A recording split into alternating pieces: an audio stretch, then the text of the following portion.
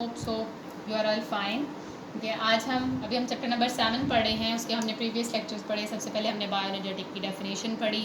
ठीक है, उसके बाद फिर हमने ऑक्सीडेशन रिडक्शन रिएक्शन के बारे में पढ़ा। उसके बाद हमने एटीपी के बारे में पढ़ा।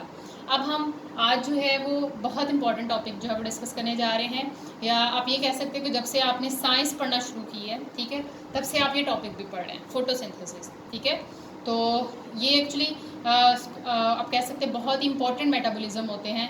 और ये ऐसे मेटाबॉलिज्म होते हैं, ऐसे रिएक्शंस होते हैं जिनके ऊपर आप कह सकते हैं सारे के सारे, ना सिर्फ प्लांट्स बल्कि हम लोग भी इसके ऊपर रिलाई कर रहे हैं। हालांकि हम फोटोसिंथेसिस नहीं कर सकते क्योंकि ये सिर्फ और सिर्फ प्लांट कर सकते हैं, लेकिन जब प्लांट फोटोसिंथेसिस करते हैं तो फोटोसिंथेसिस करने के बाद वो बनाते हैं फूड।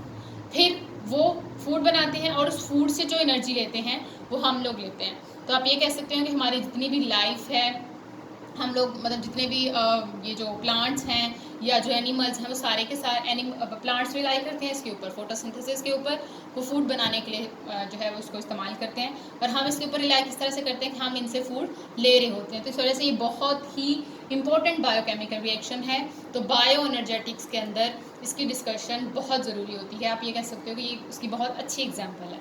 अब अगर हम सबसे पहले देखें तो फोटोसिंथेसिस की डेफिनेशन को आपने बहुत दफ़ा पढ़ा है, लेकिन फिर भी चलें, आप घर रह के तो ऑब्वियसली आपको मुझे लग रहा है भूल भी गया होगा। तो इस वजह से मैं आपको थोड़ा सा मतलब रिमाइंड करवा देती हूँ कि फोटोसिंथेसिस क्या है। एक एनाबॉलिक रिएक्शन है। एनाबॉलिक रिएक्शन मेटाबॉलिज्म के अंदर दो तरह के रिएक्शंस होते हैं, एनाबॉलिक एंड कैटाबॉलिक। ठीक है, एनाबॉलिक क्या होता है? ऐसा रिएक्शन जिसके अंदर कोई चीज़ बन रही होती है, हम उसे एनाबॉलिक कह देते हैं। जिसके अंदर कोई चीज़ टूट रही होती है तो उसे हम कैटाबॉलिक कह देते हैं। तो फोटोसिंथेसिस जो होता है ये एक एनाबॉलिक रिएक्शन है। अब एनाबॉलिक रिएक्शन किस तरह से है? बिकॉज इसमें क्या होती है, सिंथेसिस ऑफ ग्लूकोज। इसमें क्या बन रहा होता है? ग्लूकोज बन रहा होता है। It's a form of food. ठीक है, तो अब ये ग्लूकोज बनाने के लिए सेल को कौन कौन से रॉ मटेरियल्स चाहिए होती हैं, कौन कौन सी चीज़ें चाहिए होती हैं, इसको कैसे बनती है? From carbon dioxide and water. Carbon dioxide और वाटर मिलते हैं किसमें? इन द प्रेजेंस ऑफ सनलाइट। साथ में क्या जो है वो यूज हो रही होती है? सनलाइट एनर्जी इस्तेमाल होती किसके अंदर है? ये क्लोरोफिल के अंदर। क्लोरोफिल को इस्तेमाल करते हैं और ये सारी चीज़ें इस्तेमाल करने के बाद सेल क्या बना देता है? ग्लूकोज बनाता है, जो कि सेल का एक इम्पॉर्टेंट मटेरियल होता है, प्रोडक्ट होता है सेल का एक। ठीक है, लेकिन ये जो ऑक्सीजन होती है, क्योंकि ये एक्सेस होती है, मतलब प्लांट के लिए वेस्ट होती है, तो प्लांट क्या कर देता है? इसको रिलीज आउट कर देता है। लेकिन ये हमारे लिए काफ़ी यूजफुल होती है। तो प्लांट जो ऑक्सीजन रिलीज करते हैं बाय प्रोडक्ट के तौर पे, ठीक है, उसे हम इस्तेमाल कर लेते हैं ब्रीथिंग के लिए।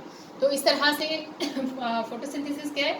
It is the process in which synthesis of glucose are done from carbon dioxide and water in the presence of sunlight and chlorophyll, and oxygen is used as a by product, sorry is release as by product. उसको by product के तौर पे body से बाहर release out कर दिया जाता है।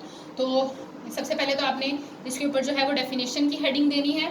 ठीक है, तो उसके बाद आपने इसकी इंपॉर्टेंस, सेकंड जो पैराग्राफ है वो इसकी इंपॉर्टेंस का है कि इंपॉर्टेंट क्यों है कि सारे के सारे लिविंग ऑर्गेनिज्म इसके ऊपर रिलाई कर रहे होते हैं। तो उस वजह से इस हवाले से काफ़ी इंपॉर्टेंट भी होता है।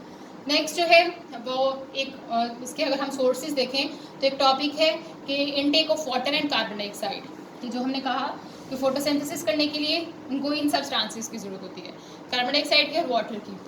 अब ये कहाँ से आते हैं? सनलाइट का तो पता है कि सूरज से जो रोशनी प्लांट लेते हैं वो सनलाइट एनर्जी होती है। क्लोरोफिल जो है वो सेल, प्लांट के सेल के अंदर ही मौजूद होता है, जबकि कार्बन डाइऑक्साइड और वाटर जो है वो प्लांट अपने इन्वायरमेंट से लेता है। वाटर जो है वो सॉइल के अंदर, जो कि हम प्लांट्स वगैरह को देते हैं। ठीक है, तो ये सॉइल से अब्जॉर्ब करता है ऑस्मोसिस के थ्रू। ऑस्मोसिस हमने पढ़ा था ना, वाटर ट्रांसपोर्ट होती है। ठीक है, जिसमें सॉइल से वाटर जो है वो अब्जॉर्ब होता है रूट हेयर्स के अंदर, और रूट हेयर से वो प्लांट के अंदर चला जाता है। जबकि कार्बन डाइऑक्साइड जो है वो प्लांट के अंदर मौजूद होते हैं, स्टोमेटा, छोटी छोटी ओपनिंग्स होती हैं लीफ के अंदर। तो उन ओपनिंग्स के थ्रू क्या किया जाता है? एटमॉस्फेयर में कार्बन डाइऑक्साइड बहुत ज़्यादा क्वांटिटी में मौजूद होती है हमारे एटमॉस्फेयर में। तो प्लांट उन पोर्स के थ्रू, उन स्टोमेटा के थ्रू कार्बन डाइऑक्साइड को प्लांट के अंदर इस्तेमाल करते हैं। तो इस तरह से इनके जो सोर्सेज होते हैं, ये कार्बन डाइऑक्साइड को स्टोमेटा के थ्रू एटमॉस्फेयर से लिया जाता है, जबकि जो वाटर होता है वो हम बाहर से सॉइल के थ्रू इसको पानी दे रहे होते हैं, जो कि प्लांट वहाँ से एब्जॉर्ब कर लेते हैं। तो अभी तक हमने ये पढ़ा, सिंपल डेफिनेशन में यही पढ़ते थे, ग्लूकोज बनता है कार्बन डाइऑक्साइड और वाटर से, सनलाइट एनर्जी दी जाती है। लेकिन इस चैप्टर में जो हम डिस्कस करेंगे वो उसकी डिटेल होगी। ठीक है।